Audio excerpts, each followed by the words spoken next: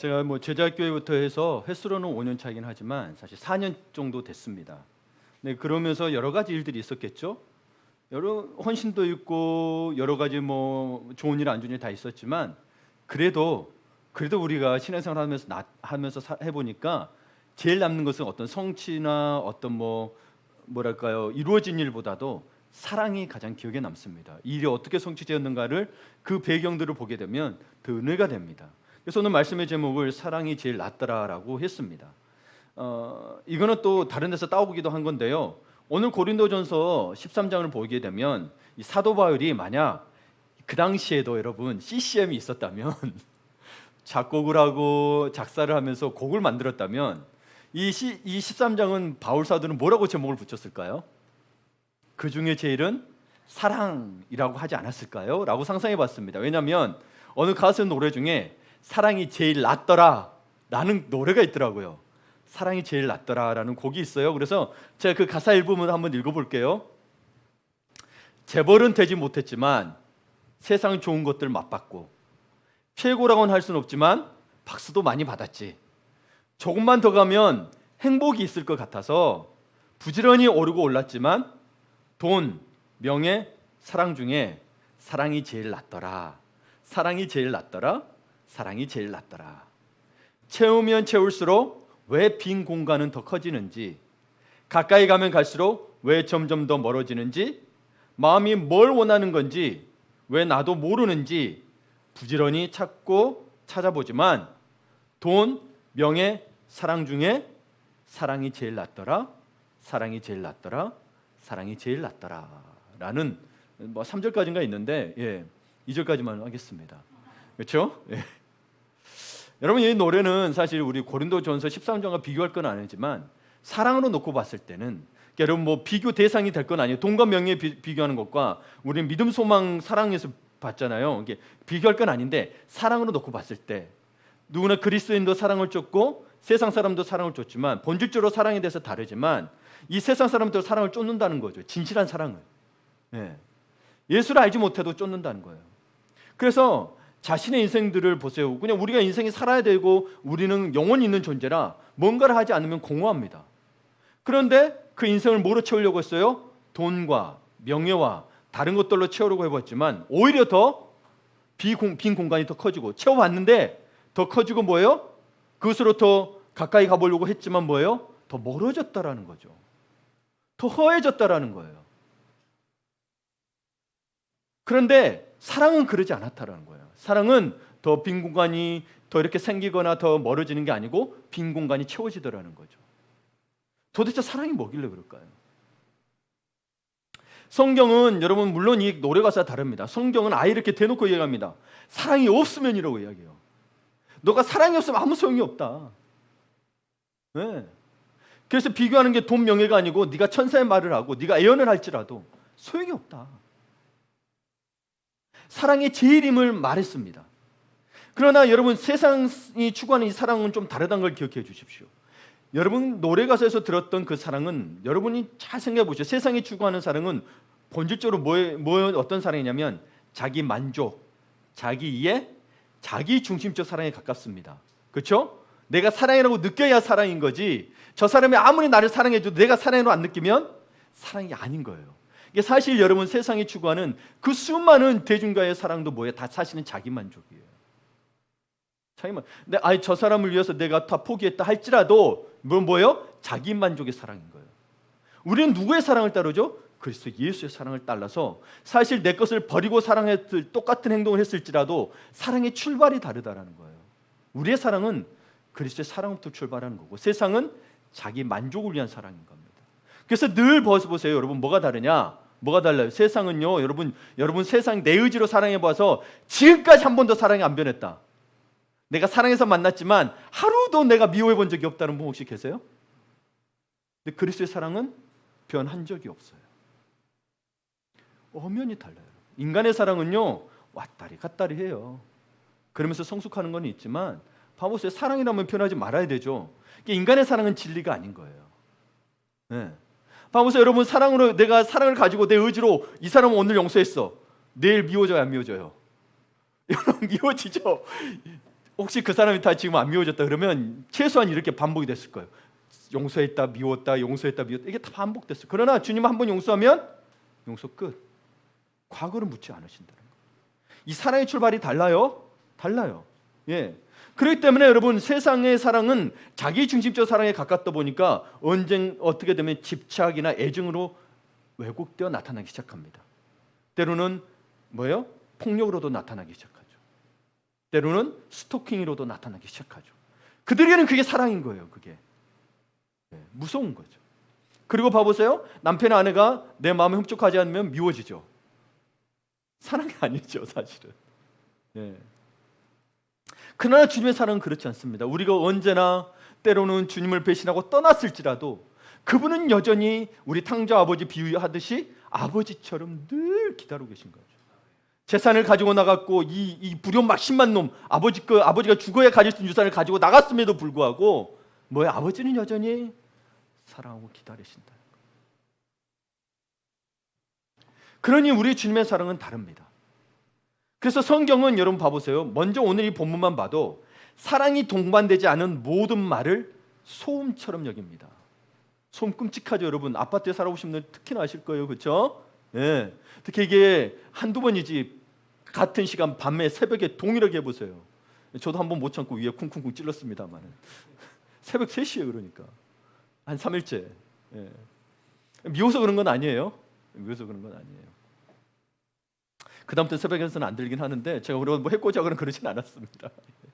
그래서 여러분 봐보세요. 이 사랑이 없으면 정말 그 소음과 듣기 싫은 소음처럼 되는 거예요. 한번 1절부터 3절을 볼게요.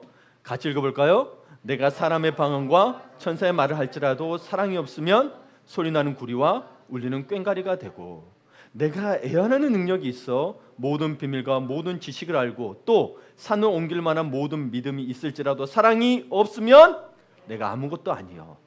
내가 내게 있는 모든 것으로 구제하고 또 내 몸을 불사르게 내줄지라도 사랑이 없으면 내게 아무 유익이 없느니라. 아무리 부부간이라도 사랑이 없으면 원수가 되는 것처럼, 그렇죠? 돈 많고 뭐 다 잘된 뭐랍니까? 부부간에 사랑이 없으면 그것처럼 또 지옥이 없습니다. 근데 여러분, 이 말씀은 사실 고린도 교회에 바울을 쓴 편지입니다. 이 말은 참 어려운 게 뭐냐면 사실 하나님께서는 고린도 교회에 특별히 많은 은사를 부어주셨어요. 그런데 고린도 교회는 성도들은 그 은사를 교회의 덕을 세우기 위하기보다는 서로 경쟁하고 자랑하는 데 사용한 거예요. 그러니까 여러분 1절에 보면 사람의 방언과 천사의 말을 하는 사람이 있었어요. 그럼 못한 사람에 대해서는 너희 그것도 못해라고 했을 수 있겠죠? 나는 이것까지 통역해.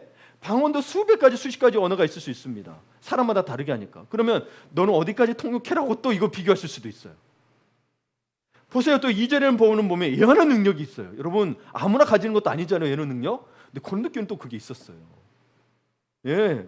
그리고 어느 정도냐면 모든 비밀과 지식을 알 만한 게 있었대요. 와, 이러면 여러분 노벨상 받아야 되는 거 아닐까요? 아인슈타인처럼 노벨상 받을 정도가 되겠죠. 고린도 교회가 그런 은사를 받았어요. 그리고 산을 옮길 만한 믿음이 있다고 돼 있어요. 여러분 아시겠지만 마태복음에 되면 예수님이 제자들에게 이야기합니다. 너가 겨자씨만한 믿음만 있어도 이 산을 명하여 저 산을 저쪽으로 옮길 수 있다라고 하는데 여기는 산을 옮길 만한 믿음이 있었대요. 우와, 대단합니다. 대단합니다. 그리고요 9절을 어느 정도 했냐면 내 거를 다 내줘줘. 내 거 다 내줘. 다 내주고 그리고 내 생명까지 내줘서 했는데 사랑이 없으면, 이게 사랑이라고 말할 수 있죠. 근데 아니에요, 여러분. 그럴 수 있는 게 뭐냐면 나는 이런 사람이라고 보이게 되면 그는 이미 사랑이 아니죠. 누구 의가 되는 거예요? 내 의가 되는 거죠. 내 자산을 다 팔아서 구제했어요. 근데 야, 나는 이 정도까지 사랑해 하라고 마음이 들어오면 내 의가 되면 뭐예요? 이미 사랑이 없는 거예요. 우리의 사랑의 시작은요 세상의 사랑 기준과 아니라니까요. 그리스도 예수의 마음을 가진 사랑인 겁니다. 그러니까 정말 그리스도 예수의 사랑을 가져가야 되면 내가 보이지 않는 곳에서 다 내게 되죠. 그렇죠? 내가 목숨을 내어줘 사랑할지라도 요란스럽게 안 하는 거예요.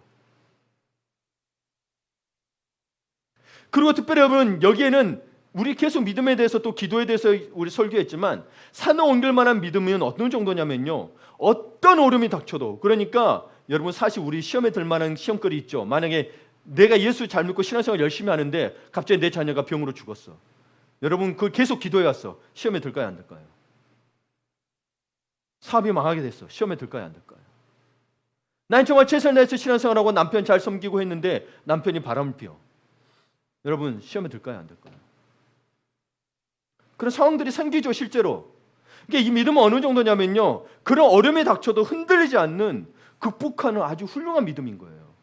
그럼에도 불구하고 이런 큰 믿음조차도 뭐를 전제하지 않으면? 사랑을 전제하지 않으면, 사랑이 없으면 아무런 가치가 없다라고 이야기하고 있는 거예요. 그러니 뭐예요? 그 중에 제일은 사랑이라. 그러니까 여러분 바울도 노래 제목을 그 중에 제일은 사랑이라고 할 수밖에 없는 거예요. 여러분 봅시다. 그 믿음은 없을지라도 3절에 보면 재산을 다 내줘서 내가 다른 사람을 구제하고 이런 헌신을 할지라도 뭐가 없으면 아무 유익이 없다? 사랑이 없으면. 그러니까 우리가 구제함을, 그러니까 내가 사랑이 없으니까 구제하지 말아야지가 아니고, 구제함을 통해서 또 사랑을 깨닫는 분도 계세요. 본질적으로 어떤 사랑을 원하는 거, 그러니까 사랑을 가지고 이미 시작할 수도 있고요, 사랑이 넘치면 할 수도 있고, 혹은 정말 그 사랑함을 배우기 위해서 할 수 있는 건데, 그러면 사랑을 배우기 위해서 했다는 뭐예요? 예수 그리스도의 사랑을 배울 수 있도록 하는 마음에서 구제를 해야 된다는 겁니다.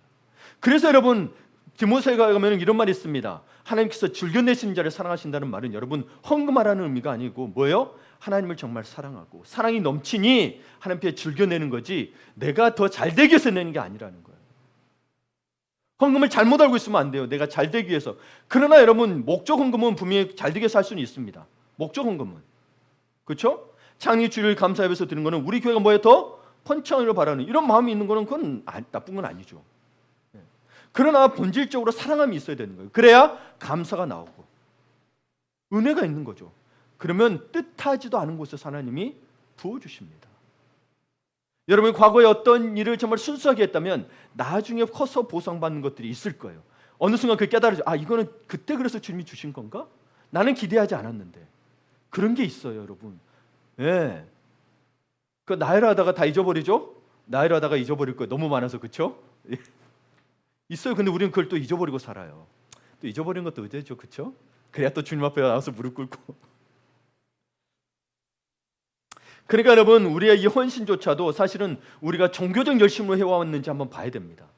교회에서 하라니까 하고, 근데 하라니까 했지만 어떤 목적으로 했냐는 거예요. 그리스도를 담기 위해서, 그리스도의 사랑을 담기 위해서 참 제자가 되게 했던 것이 아니라면 여러분 이거는 종교적 열심이 되죠. 바리새인처럼 된다는 거예요.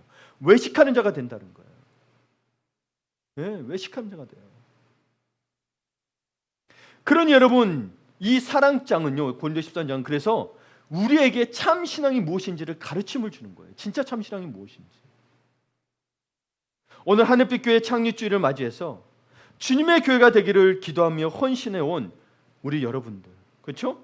우리 그 하늘빛 교회 어떠한지 회상해 보며 다시금 재다짐하고 재결심하고 정말 사랑이 충만한 시간이 되기를 축원합니다. 예. 사랑이 충만하기 위해서는 사랑이 뭔지 알아야겠죠.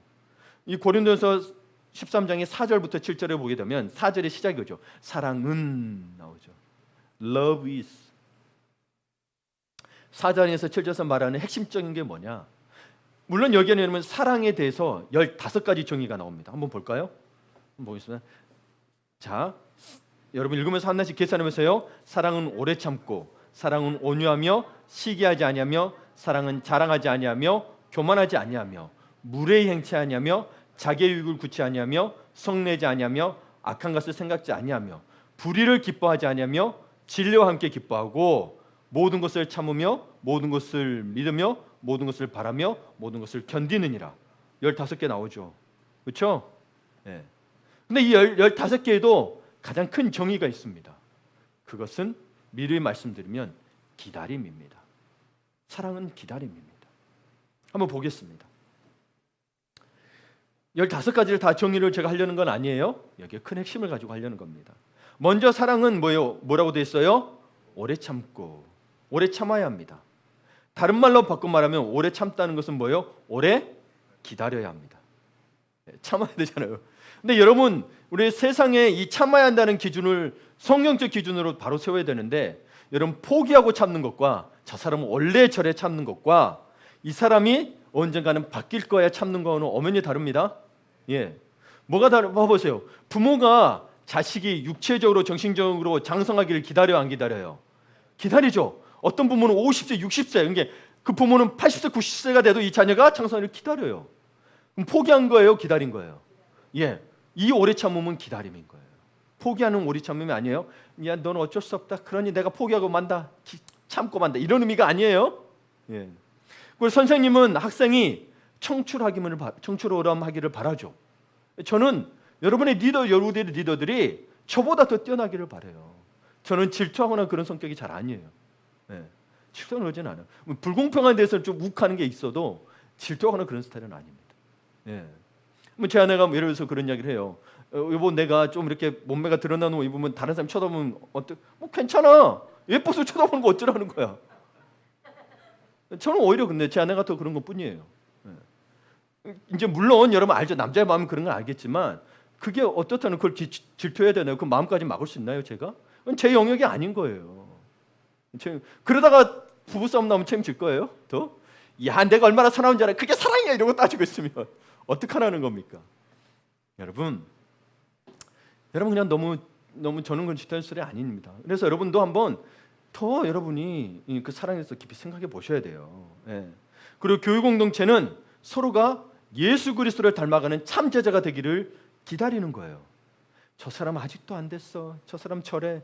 라고 여러분 한마디 할 수 있지만 진짜 마음속으로 저 사람 저래하고 무시하면 안 됩니다. 기다려야죠. 그렇죠? 그래서 교회는 내가 여러분에게도 교회가 어찌 보면 성도들이 천국에 가면 가장 가까울 사람이지만 그러나 어떻게 사랑하라고 했어요? 마치 여러분의 자녀처럼 사랑해 주라.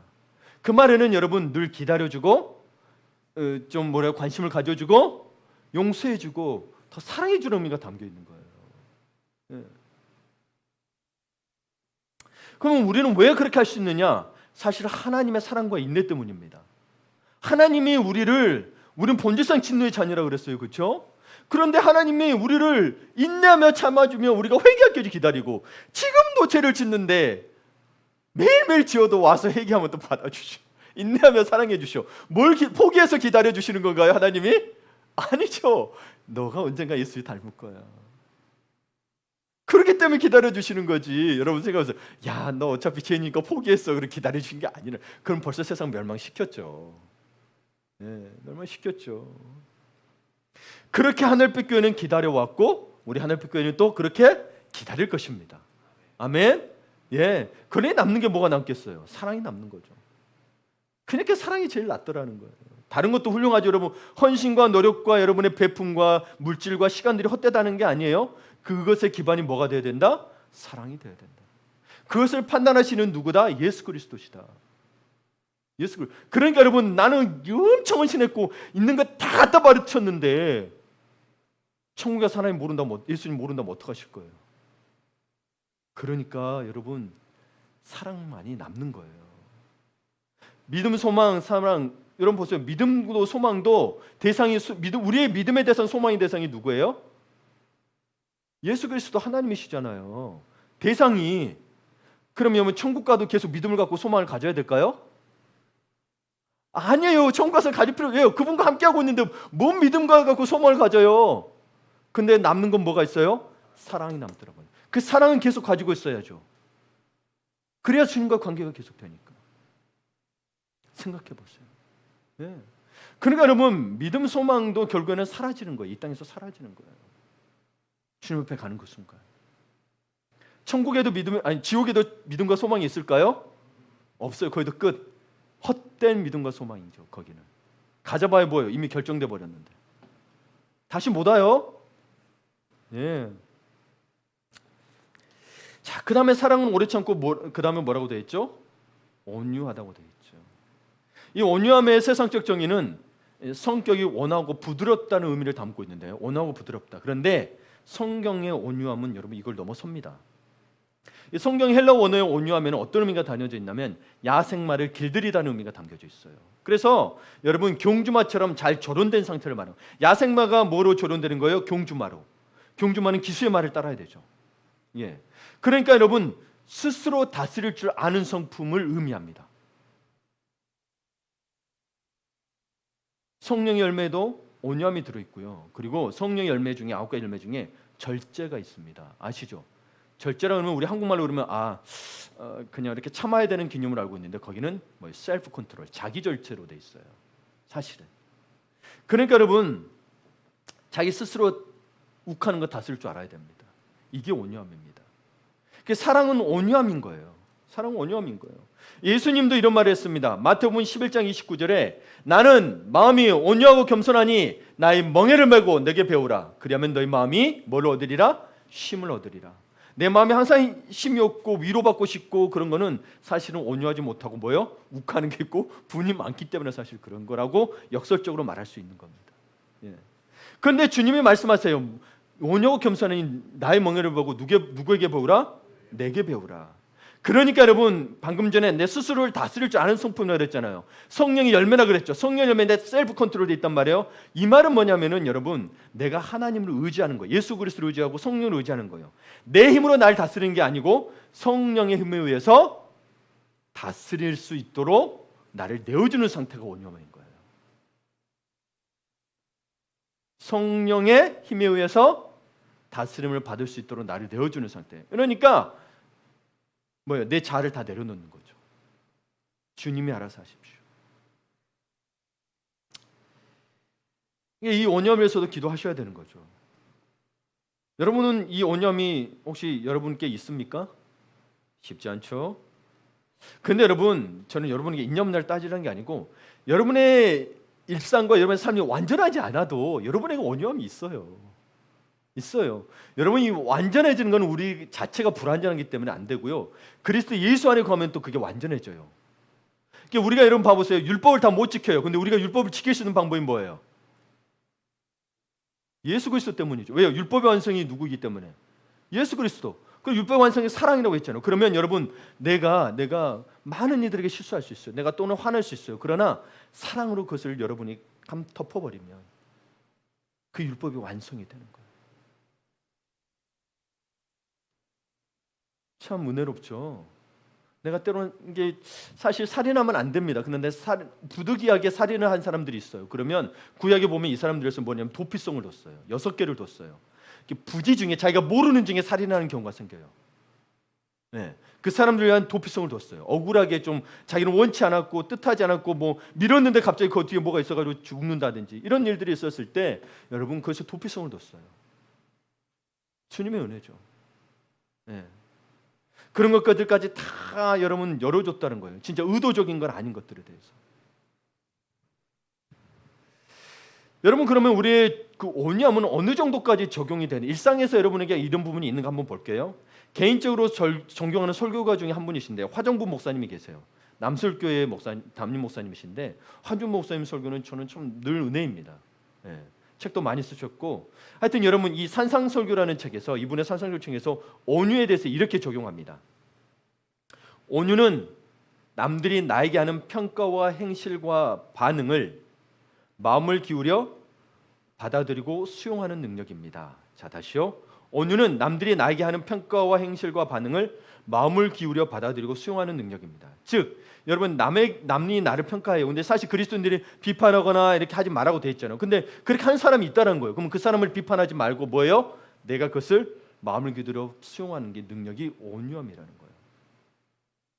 그러니까 여러분 비판하지 말라는 것에는 우리는 비판도 하지 말아야겠지만 정말 그 자세는 귀하고 감사합니다. 그런데 우리는 온유함까지 가기 위해서는 때로는 나를 공격하는 사람들이 있어요. 네.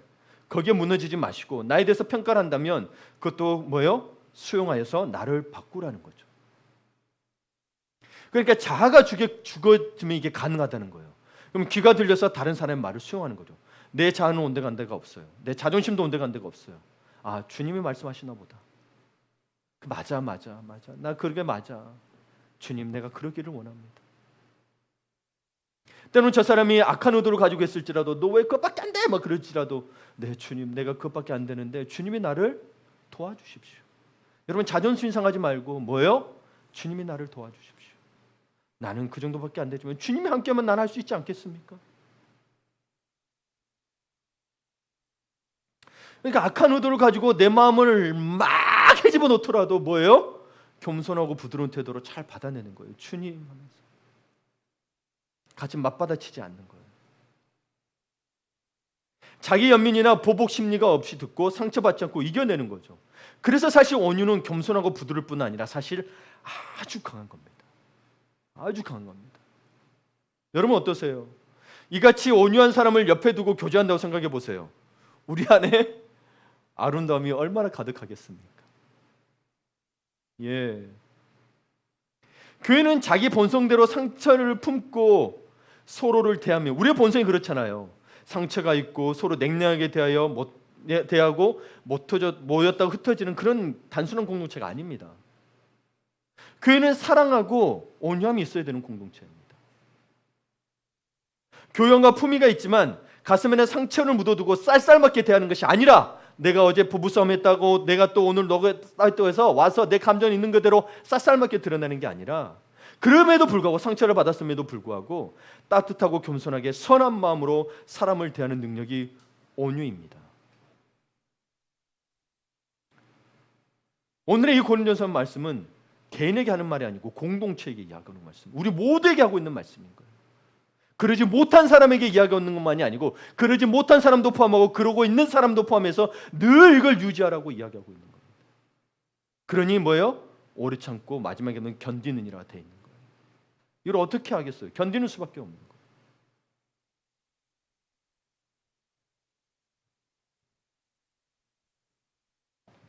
그런데 여러분, 이렇게 할 수 있는 사람은 어떤 사람인 줄 아세요? 여러분, 사실 인간이 여러 가지 상처받는 것도 다르고 나타나는 것도 다르고 막 다 다른 것 같죠? 다 다른 것 같아요. 본질을 근데 봐보세요. 죄성이 달라요? 죄를 행하는 정도의 차이가 있을 뿐 죄성은 똑같아요. 그리고 여러분, 사랑받기 싫은 사람, 내 마음이 평안하기 싫은 사람 혹시 계세요? 없죠? 똑같아요. 여러분. 그냥 사는 게 다르고 그런 게 다른 거지 본질적으로 여러분 마음은 다 같아요. 그래서 여러분, 우리가 이런 일들이 하는 일들이 다 똑같이 반복돼서 일어나는 거예요. 봐보세요. 과학기술만 발달했지 뭐가 달라졌어요? 인간이 달라진 게 뭐가 있어요? 옷 입는 거 뭐 더 좋은 것들만 나타나서 했고, 뭐 핸드폰도 더 좋은 것도 가지고 나왔지만 뭐 인간의 본성이 달라졌나요? 아니요. 그래서 제가 예전에 읽었던 어떤 칼럼에서 어느 성경학자인 것 같아요. 이런 글을 썼어요. 세상이 멸망하지 않는 길이 하나 있습니다. 모두가 사랑하면 됩니다. 그렇죠? 여러분, 진짜 세상이 멸망하지 않을 길인데, 근데 우리는 알고 있습니다. 모두 사랑할 수 없다라는 거예요. 인간이 그렇다는 걸 알고 있는데 뭐예요? 자꾸 다른 사람에게 사랑을 요구합니다. 우리는 똑같아요. 봐보세요. 죄의 본성, 사랑받고 싶어하는 거. 그러니까 여러분, 그런 다 같은 존재이다 보니 여러분, 우리 지금 예배드려 우리 안에 나왔지만, 주님 안에 나왔지만, 사실 여러분, 우리 하나님 앞에서 많은 문제를 묻습니다. 그러나 본질적으로 똑같이 묻는 문제가 있습니다. 죄에 대한 문제입니다. 주님, 내가 이렇게 죄인입니다. 똑같이 하는 거죠. 그러니 자기 자신이 얼마나 은혜가 필요한지, 이 예수 그리스도의 은혜가 얼마나 귀한지를 알고 철저히 자백한 사람은 악한 말을 쏟아내는 대상조차에게도 따뜻하게 받아내게 됩니다. 그래서 여러분, 제가 계속 은혜를 이야기하는 거예요. 뭐 은혜가 뭐예요? 나 같은 죄인이거든요. 나 같은 죄인. 근데 뭐예요? 살다 보니 나는 그러지 않고 있는 상태가 됐어. 예수를 만나서. 근데 나는 그러고 왔는데 나한테 그러고 있는 사람 보면 이제 화가 치미는 거죠. 그것조차도 따뜻하게 받아내는 게 온유라는 거예요. 그게 정말 주님의 은혜 가운데 나갔다는 거예요. 근데 우리가 은혜를 너무 쉽게 이야기하고 은혜를 값없이 받았기 때문에 사실 은혜의 깊이에 대해서는 여러분이 망각하고 있는 줄 모릅니다. 우리가 받은 은혜가 얼마나 크고 귀한지, 얼마나 크고 귀한지. 나 같은 죄인은, 그렇죠? 내가 남편보다 아내보다 잘났다고 해서 더 낫다고 해서 내가 죄인이 아닌가요? 아니요. 주님 앞에 가면 똑같은 죄인입니다. 아담이 하와한테 속아서 선악과 먹었다고 죄인이 아닌가요? 속았으니 죄인인 거죠. 죄인이 아니면 안 했겠죠. 그렇죠? 네. 여러분, 우리는 얼마나 가정에서, 일터에서, 학교에서, 공공기관에서, 마트에서, 식당에서, 도로 위에서, 교회에서 얼마나 짜증나고 화가 나는 일이 많으신가요? 저도 2주 전인가 여기 마트에 갔다가 어떤 분이 좀 세치를 했어요. 여자분이 잠깐 짐을 나고 이렇게 돼서 세치를 한 거예요. 알면서도 나하고 같이 뒤에 왔어요. 근데 갑자기 세치를 하는 거예요. 그래서 제가 이 여자분은 무시한 것 같아서 제가 막 화를 내버렸어요. 아니 아저씨 뭐 하는 짓이냐고. 부인하고 같이 오셨더라고. 이 뒤로 오세요. 그랬는데 뒤로 왔어. 근데 뒤에서 뭐라고 궁시는 거예요. 그래서 아저씨 뭐 제가 다 봤으니 뭐 이러면서 CCTV 볼까요? 그러니까 아무 소리 안 해. 그러다가 이분이 그냥 아내가 있어서 그럴 수도 있어요. 그래서 여기에서 계산을 하다가 이제 저쪽 가서 아저씨가 갑자기 좀 사람 밀리니까 주인이 갑자기 와가지고 또 오픈을 한 거예요. 그럼 거기로 가면서 저보고 뭐라고 그래요. 근데 아저씨한테 또 그랬어. 아저씨 저는 늦게 계산하고 말고 상관없다고. 질서를 지키자 놈이라고. 아무 소리 안 해요 또 그래. 여러분, 근데 저는 그분이 나쁘다는 게 아니에요. 제가 여러분 보세요. 사랑 사실 온유함은 좀 세심한 거예요, 그렇죠? 이 사람 마음이 엎드가 펴야 되는데 저는 이 연약한 여성분에 대해서 신경 쓸지 몰라도 이분에 대해서는 신경을 안 쓴 거예요. 내 마음이 너무 무거워서 회개하고 내 아내한테 가서도 내가 할 수는 있어. 내가 이랬다고. 내가 목사 맞냐고. 언제가 그 성도 여기에 사신다면 언제가 우리 교회 성도도 될 수 있는 건데. 정말. 여러분 사실 그렇죠. 어느 곳에 짜증나는 일들이 많죠. 그런데 여러분 그렇더라도 온유한 성품을 들여지 못하더라도 낙심하거나 정죄하지 마세요. 성경에는 그런 분들을 위해서 이야기하고 있습니다. 그걸로 낙심하고 여러분 애통이 된다면 뭐예요? 하나님께서 그들에게 위로를 주실 것이요. 말씀하셨어요, 여러분. 마음이 가난하고 애통하는 자에게 회개하는 자에게 뭐예요? 위로를 주실 것이요. 그러니 여러분 애통한 마음을 가지시고 비록 그랬을지라도 하나님께서 다시 한번 우리에게 온유한 성품을 반드시 주실 것을 믿으시고 기도하시길 바랍니다. 그분은 사실 주기를 원하세요. 그래서 주님 뭐라 했어요? 내가 온유하니 내게 와서 배우라고 이야기하신 거예요. 안 되면 왜 와서 배우라고 하셨겠어요? 그래서요. 예. 그럼 여러분 나는 부족해요. 여러분 저도 부족해요. 예. 그러나 믿고 나오십시오. 예. 그리고 여러분 영혼의 사랑이 가득하기를 늘 기도하시길 바랍니다. 예. 이 사랑에 대해서 좀 더 이야기를 하려고 합니다. 사할린에서 사역하시는 한 선교사님이 계세요. 이분에게 어느 목사님이 물었어요. 예. 그쪽에 갔다가 물었어요. 여자 혼자 몸으로 여성 교사님이세요. 여자 혼자 몸으로 이 외진 곳에서 어떻게 이렇게 엄청난 사역을 하실 수 있습니까? 그럼 보통 저도 그렇고 미국에 있어봤지만 그리고 단기 선교도 가봤지만 보통 이런 질문에는 이야기합니다. 주님 주신 소명과 사명으로 이렇게 감당하고 있습니다라고 이야기합니다. 보통 저도 그래요. 근데 이 여성 교사님은 달랐어요. 이 질문에 엄청난 사역을 이 외진 곳에서 할 수 있습니까? 라고 물었을 때 이 선교사님은 이렇게 이야기합니다. 어찌나 주님이 나를 사랑하시는지 그 사랑 때문에 해요. 어찌나 주님이 나를 사랑하시는지. 여러분 이게 은혜입니다. 어찌나 주님이 나를 사랑하시는지가 혹시 있으십니까? 여러분 그러면 은혜 가운데 거하시는 거예요. 은혜 가운데 내가 부족하고 못나도 괜찮아요. 내가 오늘 화를 냈을지라도 괜찮아요. 근데 어찌나 주님이 나를 사랑하시는지가 늘 있다면 금세 주님께 돌아오고 뭐예요? 그 가운데 은혜가 있는 거예요. 능력으로 여러분 어떤 성취로 신앙을 평가하지 마시고 주님이 나를 어찌나 사랑하신지가 이게 있다면 남편의 사랑이 없어도 아내의 사랑이 없어도 물론 사랑받으면 더 좋죠. 나쁘다는 게 아니고 이게 인간의 마음은 안 되잖아요. 그렇죠? 그러니까 어찌나 주님이 나를 사랑하시는지. 사실 여러분 참 이 말씀을 제가 이 예화를 저는 설교를 우선 성경 본문에서 또는 예화를 성경에서 찾은 다음에 그 다음에 또 예화를 맞춰서 찾거든요. 여러분 예화를 먼저 찾게 되면 예화의 성경을 맞추게 되면 이건 큰 오류라고 생각하기 때문에 저는 성경 본문을 먼저 찾습니다. 네. 그래서 이것을 보고 나서 어제까지만 해도 리더반이 있었어요. 우리 여기 리더분들 계시는데 리더반에서도 일을 어떻게 감당하느냐 소명에 의한 사명만 있으면 여러분 다 할 수 있습니다 라고 했는데 이 여성 교사님의 땀과 눈물, 헌신과 기도가 모두가 주님의 사랑을 깊이 경험한 데서부터 시작됐다는 것을 조금 깨달았을 때 나도 소명과 사명에만 너무 치우쳤던 제 자신을 보면서 주님의 사랑에 대해서 나도 은혜 가운데 정말 거하고 있는가를 돌이켜보게 됐다는 거죠. 모든 게 그렇습니다, 여러분. 주님의 사랑을 깊이 경험하셨습니까? 주님이 나를 내가 주님을 사랑하는 정도 말고요. 주님이 나를 어찌나 사랑하시는지 그런 존재예요, 여러분. 그런 존재. 그러니까 여러분 주님의 뜨거운 사랑을 경험한 자만이 다시 그 사랑을 흘려보낼 수 있는 거예요. 그러니까 뭐예요? 그러다 보니까 교회를 더 사랑하는 거고 하나님을 더 사랑해야 돼. 하나님의 사는 교회를 사랑하게 되는 거예요. 딱 교회에서는 일 끝났으니 끝. 그게 아닌 거예요. 일상 가운데서도 교회에 대한 사랑이 나타나는 거예요. 왜? 주님의 사랑이 어찌나 내게 큰지. 그 사랑을 체험했으니 사랑을 베푸지 않고 어찌 견딜 수 있단 말입니까? 주님의 사랑이 큰데 막 여러분 우리들이 이제 추석 때 돈을 이제 용돈도 받았을 거 아니에요? 예전에 안 그랬는데 야 11조에 그랬더니 너 얼마야? 그런 해야 돼? 할 수는 있는데 왜 그래? 예전에 안 그랬죠? 아깝잖아요 이러는 거예요. 깜짝 놀랐어요 여러분. 주님을 향한 사랑이 없고 돈에 대한 사랑이 커진 거죠. 우리의 모습도 그랬을 거 아니에요, 그렇죠? 아직은 어리니까. 여러분, 목회자가 성도에게, 성도가 목회자에게, 서로 배우자에게, 남편이 아내에게, 아내가 남편에게, 부모가 자녀가, 자녀가 부모에게, 그리고 여러분이 사는 이웃에게 그 사랑을 흘려 보내줘야 됩니다. 그런데 그 사랑은 그냥 나가는 게 아니고 하나님을 진심으로 사랑하는 사랑. 그 사랑을 어떻게 왜 진심으로 사랑하냐? 주님이 나를 어찌나 사랑하시는지. 그러니까 그 사랑이 주변으로 퍼져 나갑니다.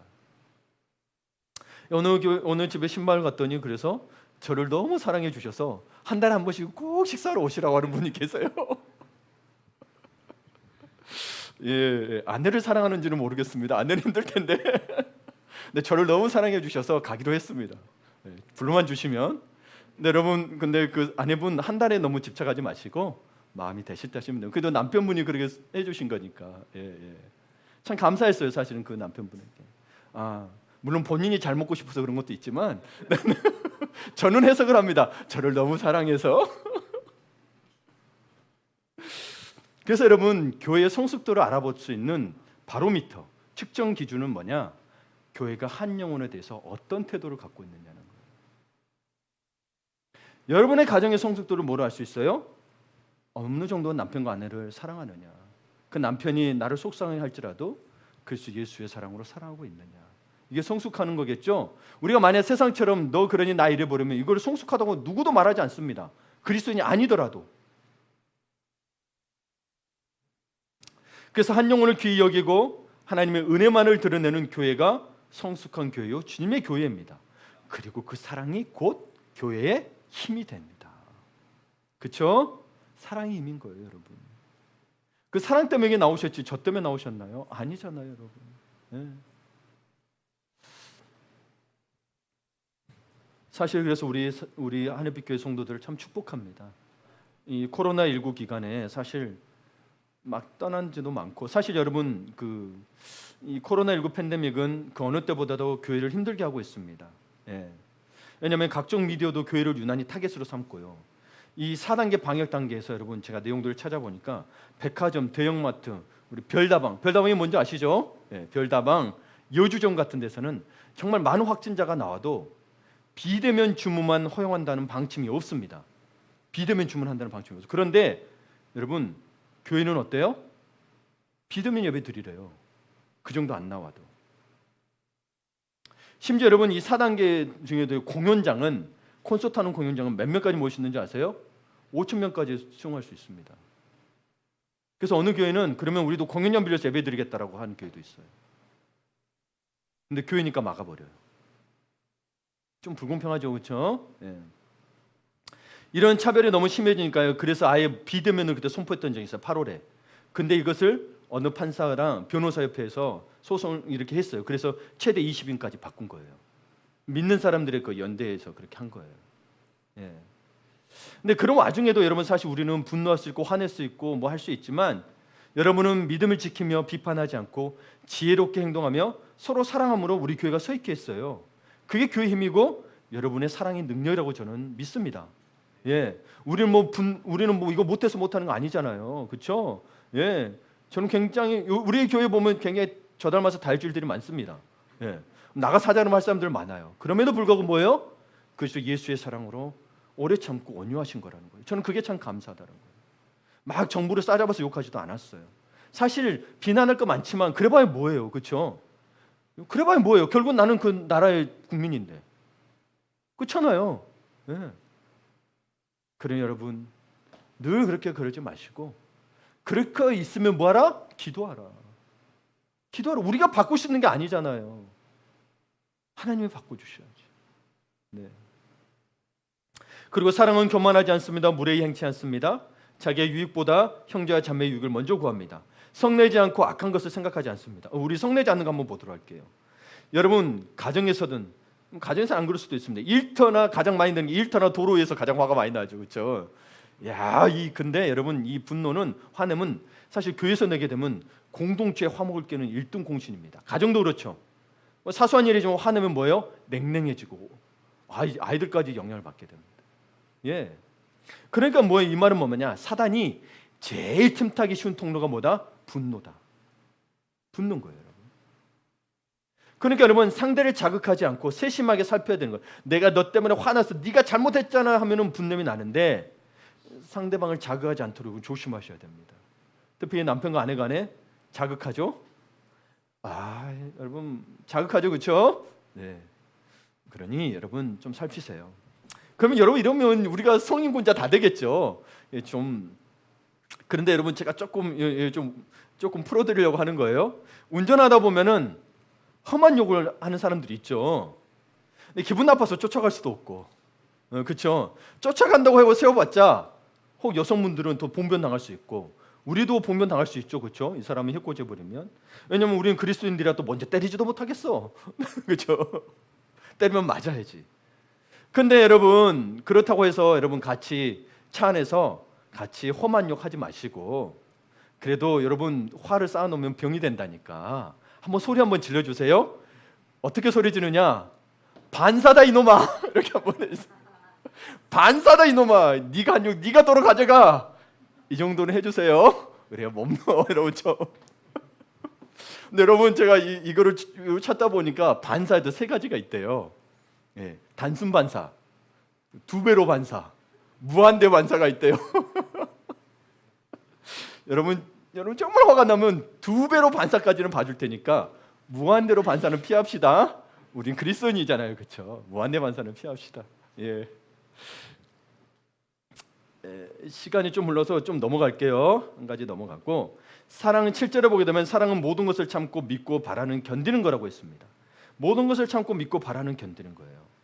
자, 사랑은 오랜 시간 서로를 기다려주고 견뎌주면서 마치 열매가 익어가듯 열매를 맺는 겁니다. 그런데 여러분 가을에 열매가 맺을 때 그냥 가만히 있다가 맺어지나요? 해와 빛이 있고 비가 있고 바람이 있고, 여러분 여기에 있는 나무들도 빛을 쐬고 아무리 여러분 물을 줘도요 바람을 안 맞으면 죽습니다. 예, 이건 꽃집 아저씨가 이야기했어요. 그래서 선풍기를 한 번씩 해주는데 그게 없어. 근데 땅이 또 안 좋아. 그러면 이거 여러분 안 되면 좋은 열매를 못 맺는 거예요. 그래서 여러분 사랑도 서로 사랑을 했어요. 하나님께서 보시면 서로 사랑을 했어요. 사랑은 절대 개인적인 게 아니라는 거죠.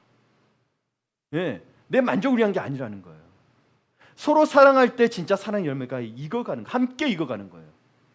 그래서 저는 짝사랑은 사랑으로 보지 않습니다. 아픔이지. 짝사랑은 사랑으로 보면 안 된다고 봐요. 그냥 사람이 좋게 표현해서 짝사랑인 거지, 짝사랑은 성경적으로 말할 때 사랑이 아닙니다. 그건 아픔인 거예요. 근데 우리가 사랑한다고 할 때 우리가 할 때 근데 짝사랑을 가지고 하는 게 아니잖아요, 그렇죠?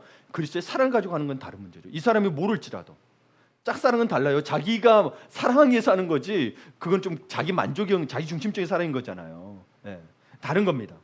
그런데 여러분 이 사랑을 보니까 이 고린도서 13장에서 사랑이라는 해서 사랑의 정의를 말하고 있는데, love is 정의거든요. definition을 말하고 있는데, 처음에 뭐라 해서 오래 참는 것이고, 실제로 마지막에 가서 뭐라고요? 견디는 거라고 돼 있어요.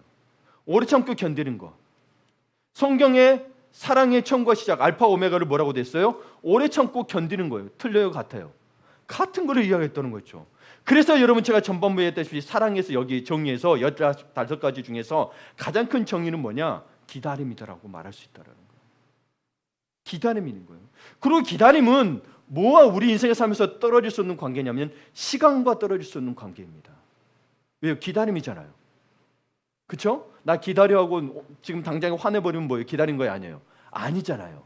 기다림은 시간과 관련이 있어요. 그래서 기다림은, 이 사랑의 열매는 기다림이라는 속에서, 이 시간 속에서 무르익어가는 동복인 거예요. 이 기다림은 동복인 거예요. 이것도 성령 열매로 봐야 돼요. 인내에 들어가 있잖아요. 인내. 오래 참음에 들어가 있는 거예요. 결국 여러분 사랑은 시간 속에서 그 진가를 가릴 수 있는 거예요. 그래서 첫눈에 반했다. 첫눈에 반했으면 헤어지지 않고 잘 살아야지. 첫눈에 반했던 사람이 더 많이 헤어지는 거 아시죠? 사랑은요, 진짜 사랑은 첫눈에 반했다는 거 여러분, 그는 인간의 사랑인 거고 자기의 만족일 수밖에 없습니다. 그러나 여러분 뭐예요? 진짜 사랑은 시간을 두고 평가해야 되는 거예요. 그 사랑이 변하지 않았냐? 왜냐하면 사랑은 영원하다 그랬거든요. 바보스 뒤에 보면 변하지 않아야 되는 거예요. 인간은 변하죠. 여러분, 그래서 연애할 때 사랑은 저는 사랑이 아니라고 보는 거예요. 물론 풋풋한 사랑이라고 이야기할 수 있습니다. 진짜 사랑은 결혼해보지 않으면 모른다. 그렇죠? 결혼해보세요 여러분. 그 사랑 안에서 여러분 인간의 내 의지로 사랑하려고 해봤지만 그게 감당이 안 되니까 때는 우리가 가정법원을 찾아가는 거죠. 근데 여러분 진짜 그리스도의 사랑으로 하지 않는다라면 한다라면 이런 끝까지 갈 수 있는 거죠. 사실은 우리가 그 사랑의 진짜 사랑을 몰랐기 때문인 거예요. 세상은 사랑을 말할 때 공평함을 이야기하면서 뭐요? 너가 그랬으니 나도 이래 맞받아치는 것을 말하고 그걸 평화라고 이야기하는데 아닌 거죠. 그리스도의 사랑은 아니에요. 끝까지 내가 죽는 게 사랑입니다. 여러분이 이 사랑을 깊이 알았다면, 그렇죠? 내 남편, 나 아내를 더 사랑했을까요? 하셔야 합니다. 물론 때로는 욱하고 올라오지만 그게 우리의 죄의 본성이지만 그리스도의 사랑이 승리할 수 있도록 늘 그 사랑을 의지하시길 바랍니다. 그래서 사랑은 여러분 보세요. 그 사랑을 주님과 함께 한다고 할 때는 여러분 그걸 모두 물어보는 거예요. 내가 이렇게 하면 이게 사랑이 오래 참고 있으니 내가 오래 참아야지 그러면 안 됩니다. 하나님, 성령님 오래 참을 수 있도록 말했죠. 아까 온유가 뭐라 그랬어요? 성령에 의해서 성령에 따라서 그것을 맡기는 거 하는 거. 그걸 따라서 하는 게 온유함이라고 이야기했잖아요. 근데 우리는 알고 있어. 사랑이 온유하고 오래 참는 거 같는데 내가 오래 참고 하면 오래 참아지던가요? 내가 성내지 않아야겠다는 데서 이틀, 3일 할 수, 한 달 할 수 있어. 언젠가 터지죠? 네. 마찬가지요. 금연도 마찬가지요. 언젠가 또 터져요, 여러분. 늘 주님의 사랑으로 말미암아 하지 않으면 우리는 우리 스스로에 의해서 무너지는 거예요. 근데 그럴지라도 여러분 다시 일어나시면 돼요. 왜? 그리스도의 사랑은 그걸 다 감싸 안으시거든요. 감싸 안으세요. 그러니까 여러분 결혼해서 정말 끝까지 살아본 사람이 진짜 사랑이다. 저는 말하고 싶은 거예요. 물론 지금도 다투고 안 좋은 일이 있을 수 있습니다. 근데 그거는 뭐예요? 내가 더 사랑해야지. 내가 그의 사랑을 닮아가지 하면서 여러분이 성숙하고 있다면 여러분은 진짜 사랑하고 있는 겁니다. 내가 완전하지 않더라도 여러분 봐보세요. 인간은 완전하지 않은 존재인지라 우리 주님은 완전해요. 이 사랑 하나님의 사랑에서도 사랑은 완전해요. 근데 인간 속에 들어오면서 우리는 완전하지 않으니까 우리는 그리스도의 사랑이 통로가 될 수밖에 없는 그분이 하시도록. 내가 하는 순간 뭐예요? 불완전해요. 나는 사랑으로 했대. 근데 저 사람은 상처받아. 그렇죠? 당신이 좋아할 것 같아서 했대요. 근데 나 이거 안 좋아하는데. 근데 분명히 그렇게 해준 사람은 뭐예요? 배우자는 뭐예요? 사랑으로 한 거거든요. 근데 이 받은 사람은 뭐예요? 나 그런 거 안 좋아하는데 그것도 모르고 말이야. 사랑이 아닌 거예요. 그럼 서로 상처받죠. 그럴지라도 뭐다? 받아들여 주시라. 근데 서로가 사랑하면 제일 좋겠죠. 그래서 여러분 우리 인간은 뭐냐? 두 번째로 이것을 통해서 우리 창립주일에 우리 하늘빛교회 성도가 말하고 싶은 건 사랑을 연습하는 삶을 살아라. 사랑을 연습하는 삶이 돼야 된다. 예. 여러분 이 고린도서 13장은 바울 사도가 고린도전서 12장을 마무리하면서 이야기하는 건데 31절 함께 봅니다. 자 보세요. 더욱 큰 은사를 사모하고 가장 좋은 길을 너에게 보려면서 그 다음에 뭘 이야기했다고요? 사랑. 그러니까 가장 좋은 길, 바울이 말하고자 하는 가장 좋은 길은 사랑인 거예요. 사랑의 길인 거예요. 그 좋은 길, 사랑의 길은 그러면 복음을 통해서는 어떻게 해요? 복음을 통해서 나타났어요. 즉 보세요. 요한복음에서는 사도는 이야기합니다. 예수께서 이르시되 내가 곧 길이요 진리요 생명이니 나로 말미암지 않고는 아버지께로 올 자가 없느니라. 즉 여러분 그 길, 그 사랑의 길은 뭐예요? 예수 그리스도라고 이야기합니다. 우리가 사랑을 완성할 수는 없어요. 그랬다면 우리가 율법을 완성했을 거예요. 율법을 근데 통해서 뭐예요? 우리는 오히려 죄인 되고 용서받지 못할 형벌에 떨어질 자라는 걸 알게 됐잖아요. 근데 우리가 율법을 완성할 수 있는 방법이 있다라는 건 뭐예요? 예수 그리스도로 말미암아 그 은혜로 말미암아 사랑하면 율법이 완성된 거예요. 내가 내 아내를 그동안 사랑 못했을지라도 때로는 내가 부족해요. 이 아내를 다 만족시키지 못할지라도 내가 그리스도 예수의 사랑을 했다면 여러분 뭐예요? 율법이 완성되었다라는 거예요. 왜? 그리스도의 사랑이 나갔기 때문에. 나는 불완전해요. 받아들이는 사람도 불완전해요. 그래서 만족 못할 수는 있어요. 완전한 게 아니에요. 내 것도 몰라주고 내 사랑은 또 몰라주고 어떻게 알아요? 인간이 불완전하고 죄인인데. 근데 우리는 늘 사랑을 갈구하죠. 내가 만족하기 위해서. 저 사람의 행복을 위한다고 하지만 결국 뭐예요? 결국 내가 사랑인 거를 내가 만족해야 되거든요. 인간이 그런 존재예요. 그러니까 내가 채워지려면 내 만족의 사랑으로 안 채워진다니까요. 늘 부족해 봐보세요. 늘 허기죠. 그래서 예수로 채우지 않으면 이 사람을 사랑할 수가 없어. 맨 사랑 받기만 원하지. 이 그리스도의 사랑이 없으면 받기만 원하지 나는 채워줄 수가 없어요. 네가 먼저 사랑해줘 그럼 나도 할 게가 돼버리는 거예요.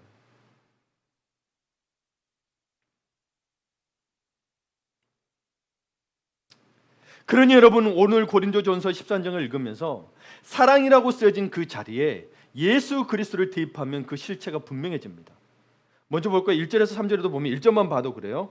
내가 사람의 방언과 천사의 말을 할지라도 예수 그리스도가 없으면 뭐가 된다?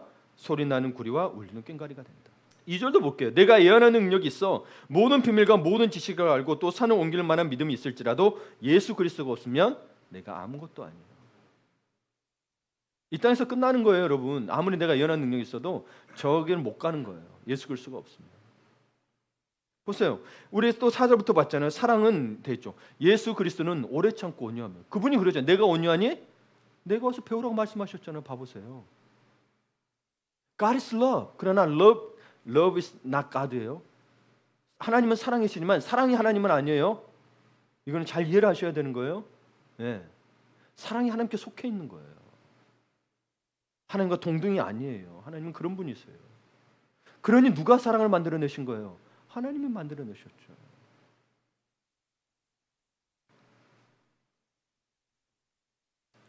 그러니 여러분 완전하고 온전하게 사랑을 구현하신 예수 그리스도의 사랑을 깊이 체험한 자만이 그 사랑의 길을 쫓아갈 수 있는 거예요. 그래야 힘들지 않아요.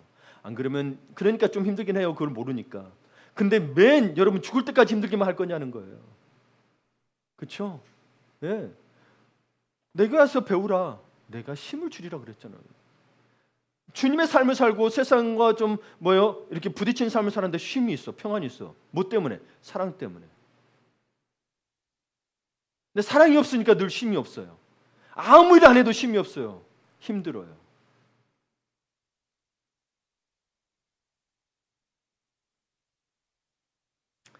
(8절에) 보게 되면 사랑은 언제까지나 떨어지지 아니하되 근데 예언도 패하고 방언도 패하고 지식도 패한대요.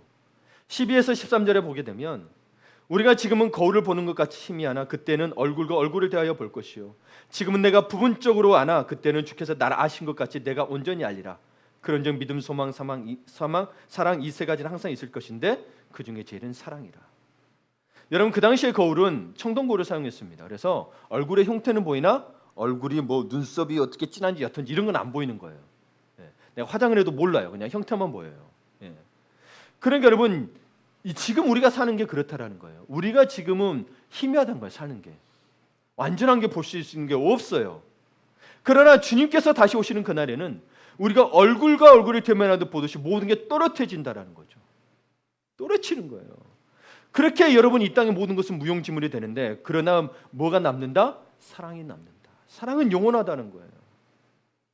사랑은 영원하다는 거예요. 그래서 여러분 믿음도 영원한 게 아니고 소망도 영원한 게 아니에요. 그거는 이루어지는 거예요. 근데 사랑은 영원합니다. 영원합니다. 우리는 영원히 주님의 사랑 안에 거하면서 그 사랑을 노래하게 될 것입니다. 왜요? 주님의 사랑이 변하지 않아요. 천국에 가도 너 천국에 왔으니 이제 그냥 알았지? 내 사랑 알았지? 끝. 그게 아니에요. 그래도 여전히 사랑해 주세요. 사랑해 주세요. 사랑해 주세요. 그래서 지금 우리는 이 땅에서 맺어진 이 인간관계 속에서 그 사랑을 희미하게 남아 연습하고 있는 거예요. 이 땅에 맺은 인간관계, 부모와 자녀 관계, 부부 관계, 또 있어요? 친구 관계, 직장 동료 관계, 다양하게 맺을 수 있죠, 여러분. 안 좋은 관계로도 맺을 수 있습니다. 거기에서 뭘 연습하고 있다? 사랑하는 연습을 하는데 어떤 연습이냐면 기다리는 연습, 참는 연습, 눈 감아주는 연습, 넘어가주는 연습, 용서해주는 연습을 하고 있습니다. 오늘 용서했는데 내일 또 미워져요. 그럼 또 용서하는 연습. 그래서 우리는 날마다 사실 사랑을 연습해야 됩니다. 내가 오늘 용서했는데 야, 봐보세요, 여러분. 내일 가면 또 욱하잖아요, 그렇죠? 딱 올라와가지고. 그래요, 안 그래요? 그런 거예요, 여러분. 그 생각하면 열받는 일들이 있잖아요. 지금 용서한 것 같았는데. 그러니까 우리는 날마다 사랑을 연습해야 돼요. 용서하는 연습, 참는 연습, 기다리는 연습. 이게 없으면 여러분, 이 교회가 존속할 이유가 없어요. 우리는 그렇게 영혼을 사랑해서 주님께로 이끄는 거예요. 그리고 그렇게 사랑해 가는 거예요. 물론 여러분의 만족할 만한 사랑이 되지는 않을 수 있어요. 그렇죠? 내가 기다리는 사랑이 이 정도인데 여러분, 그럴지라도 서로의 사랑의 정도가 있고 아직도 성숙과 미성숙도의 차이가 있으니 여러분이 성숙해지기 위해서라도 여러분이 먼저 받아주시고 여러분이 먼저 온유하고 참아주셔야 합니다. 그게 그리스도께서 우리에게 보여주셨던 사랑입니다. 그러니 우리는 연습이라도 늘 서로 사랑하는 교회가 됩시다. 아멘.